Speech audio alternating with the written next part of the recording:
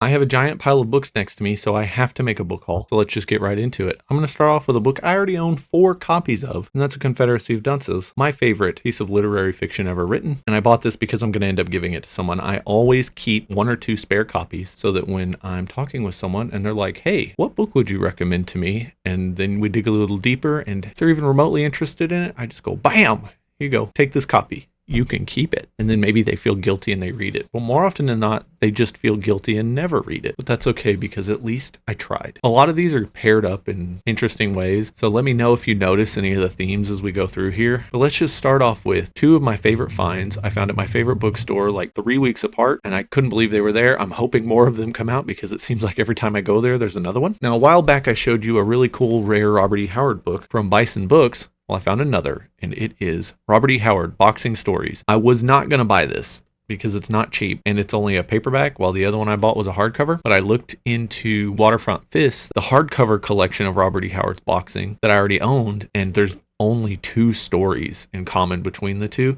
So I had to get this because it probably gets me really close to having all of his boxing stories. I say that, but we know how prolific Robert E. Howard was in his very short life, so I'm probably going to have to keep looking. But I got a lot of them now. So that's good. Now this next one, I swear I've already talked about in a book haul, but maybe I didn't. Maybe I just told the story a lot and that's what happened. But I picked up The Riot at Buckshot and Other Western Tales from Robert E. Howard. My hands were full when we were shopping, and I went into the Western section looking for maybe a cool Max Brand or a cool Zane Grey hardcover that wasn't Riders of the Purple Sage. I'm so tired of seeing that book. Why is that like the only Zane Grey I can find that's been printed in a nice hardcover? Just drives me crazy. But anyways, my hands were full and I saw this, and I asked my wife, can you grab that book? We're buying it. And she said, well, you don't even know how much it is. And I said, it doesn't matter. It was a pretty good deal. So I'm not too worried about that it doesn't matter statement because, you know, it does matter. But I mean, does it really when we're buying books? I really love these. They're just so clean looking, and I can only imagine how cool it would look to have all of them. I don't know how many there are. I'm afraid to look it up because if there's less than 10, then I just want to buy the rest because I own 3 of them now, 4 of them. This is a really cool thing. I am looking forward to reading Robert E. Howard's Westerns.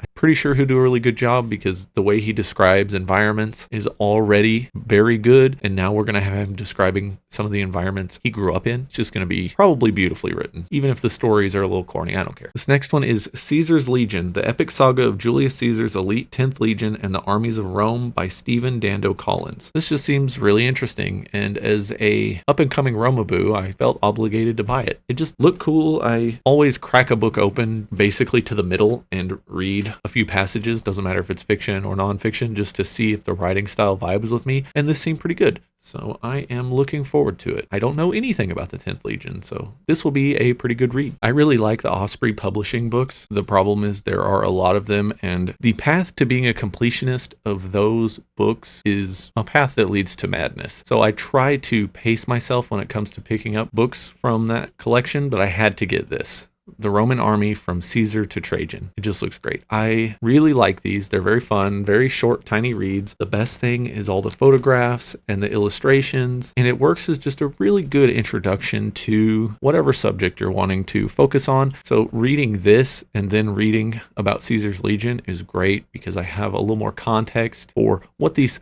soldiers looked like in the legions. I guarantee this will give a good little summary of the hierarchy, and with all these great images, I'll have a really good picture in my head as I'm reading Caesar's Legion. I have made a terrible mistake. I have wanted to collect these for a long time. And I used to have a lot of the paperbacks, and I sold them all because of how much space they took up. But I bought 2 hardcovers, and this is the beginning of the end. I'm going to start collecting the Star Wars Expanded Universe that I read and loved as a teenager. And the first one I picked up was The Last Command by Timothy Zahn, the 3rd book in the Thrawn trilogy. I love this trilogy, and this is a first edition, first printing, and boy was I excited when I found it. Can't go wrong with something like that. And now this next one. Everyone tells me it's terrible. I think it's one of the few I didn't read from that era, and that's okay. Got Darksaber by Kevin J. Anderson. I was gonna read this like immediately, but I found out that it's part of a loose trilogy-ish of books, and so I need to read the other one first if I want the full context of the story. So I gotta find that one in hardcover next, or whatever I happen to find. I'm just going all in. If they've got this aesthetic on the cover and they're a hardcover, I'm buying them. I'm just doing it. They have to be a good deal though.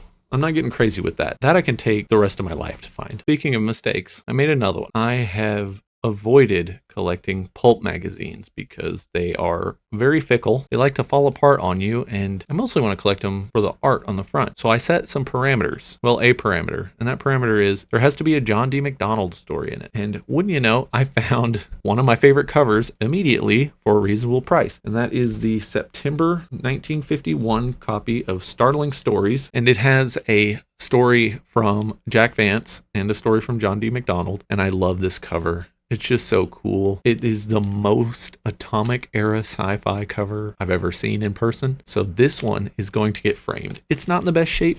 You can read it. It's a readable copy. I want to baby it. And so I'm going to mix some of my other hobbies together in order to take care of that. I want to build frames for them with UV acrylic that goes over the front and has an open back so that it can breathe. And I'm going to put them up as pieces of art all through my house. My wife and I have talked about it. And once we have enough, we'll probably have a wall of pulp art because we both adore it. And what better way is there to collect cool pieces of art than for them to also be interesting stories you can read? Speaking of cool pieces of art, look at this bad boy. The illustrated Roger Zelazny. This is awesome. It has an illustrated version of A Rose for Ecclesiastes. It has a Shadowjack adventure, which is the sequel to Jack of Shadows, a very good Zelazny novel that's borderline novella. I highly recommend that to anyone that wants to get into Zelazny. I'm glad I looked at this before I showed it. There's some very scantily clad women in this. Look at that art. That's awesome. I can't wait to read this thing. I'm probably going to read this soon, of this A Rose for Ecclesiastes art. I'm such a huge fan of this era of comic book art. So to find a collection of Roger Zelazny stories illustrated in this style is just perfect for me. I love all that pulpy stuff. I just edited out a huge chunk of me just flipping through it and staring at it. Now, this was not mine. I did not pick this, but I also didn't say no. My wife insisted that we get Michael Moorcock's Elric, The Dreaming City, a Marvel graphic novel. So cool. I haven't opened it yet. My wife's probably going to read it before I do, but I love this. Yet again,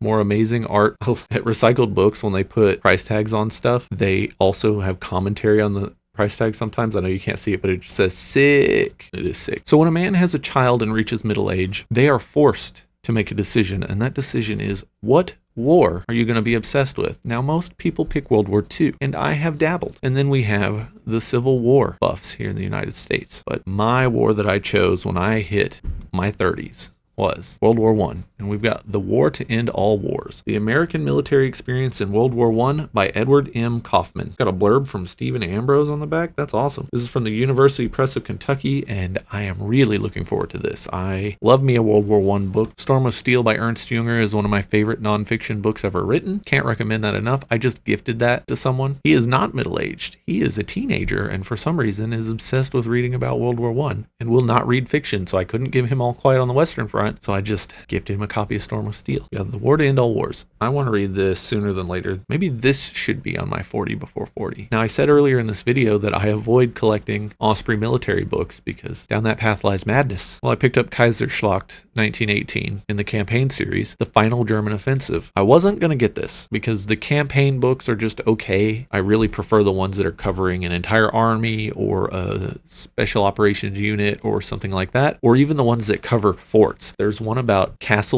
in like Shogun era Japan. So cool. There's one about Roman fortifications across the empire. I've owned that. Love that. I picked this up because it has a chunk of it dedicated to the Stormtrooper, which is that bad boy right there. Look at that dude. He's wearing a metal chest plate. One of the innovations late in the war was what would end up becoming the Blitzkrieg tactics of World War II. A lot of people talk about World War I as all trench warfare all the time, but toward the end of the war, with the help of tanks and the changing of tactics, the war had become a lot more dynamic. Not as dynamic as something like World War II, but things were getting moving. There just wasn't enough mechanized warfare to keep the ball rolling. Yeah, this is one of those books that I picked up for the cover and then ended up sticking with it after I read the description on the back. I love those Osprey books. Not only do they pad your Goodreads stats, they're fun to read. Because if we're not having fun and padding our stats, why are we even reading books? A few of the things I picked up in here, because there was a sale at Target, of all places, on books. They had a buy two, get one free, and I used that to justify picking up some new hardcovers that I hadn't got yet,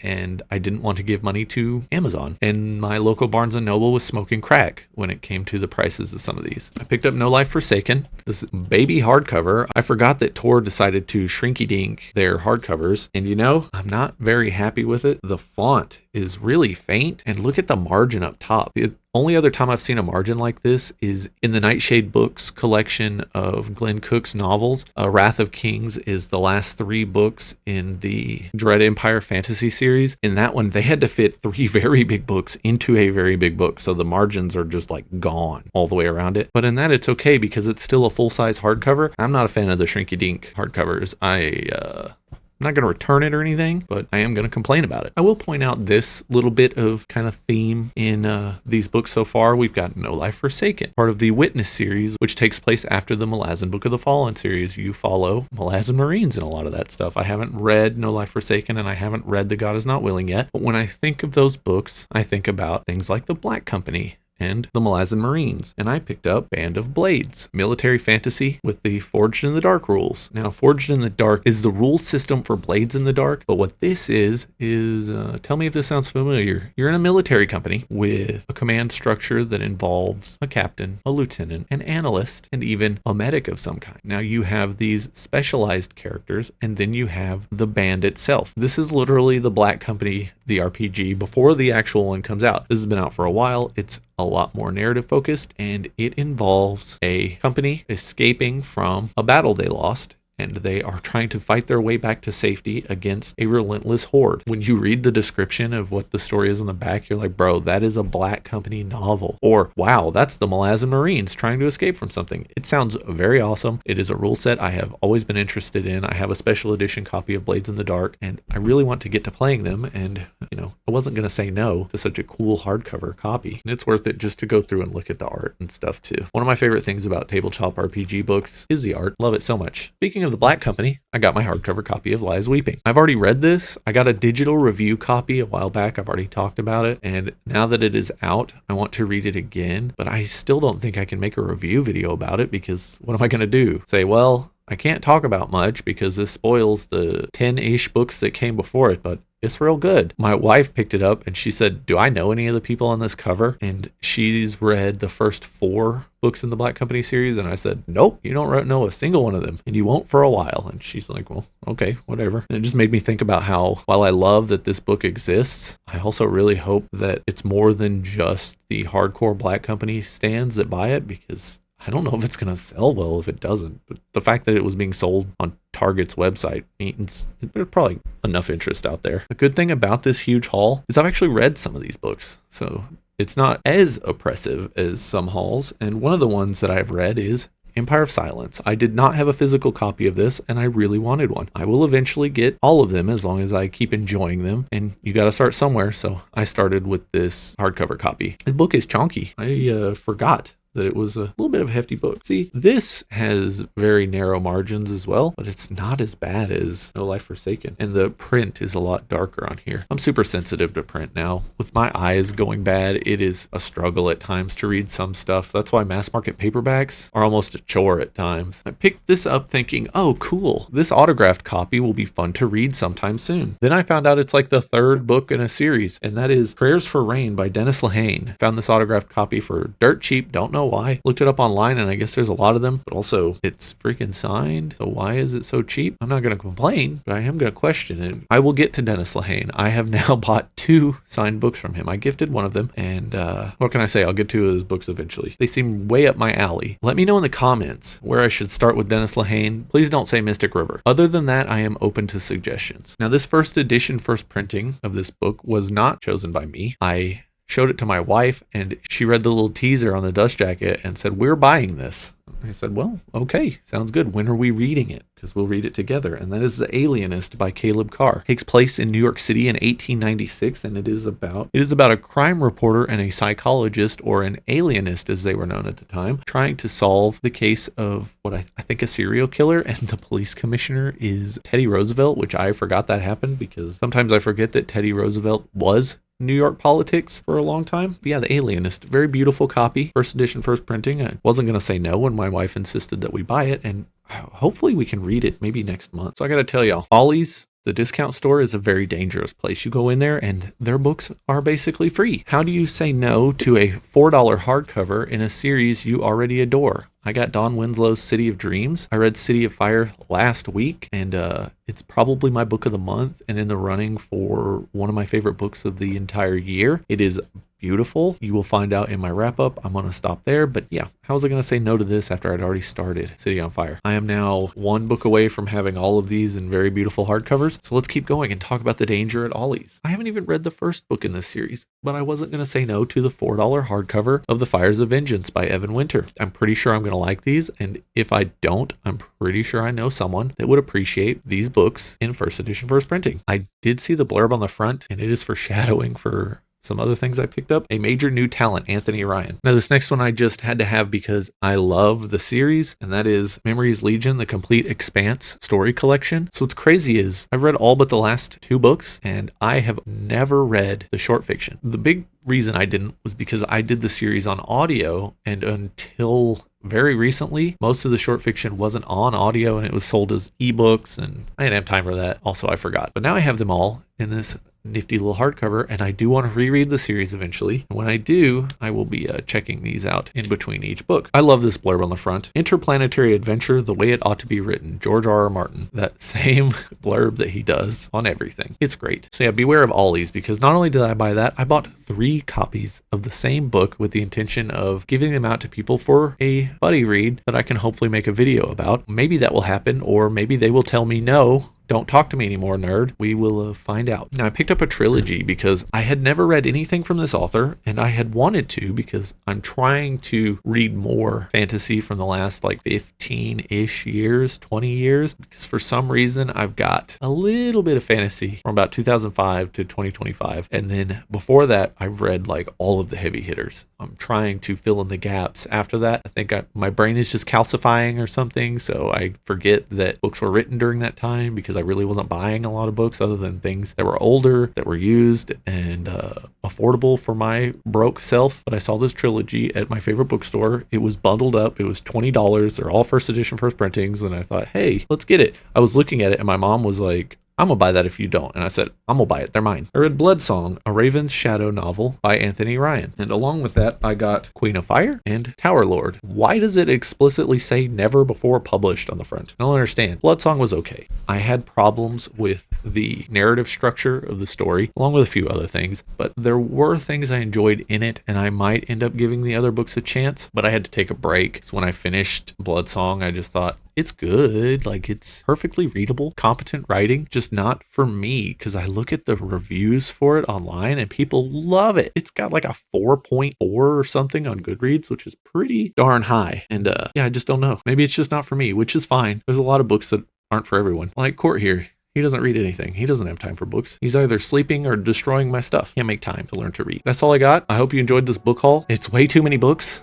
Now I gotta find a place to put them. Let me know in the comments if you've read any of these. Let me know if you're over the age of 30 and you have picked your war to obsess over for the rest of your life. Let me know which war it is. Do you collect pulps? Are you one of those people? If so, what are some of your favorites? Anyways, I think I'm done here. Thanks for watching.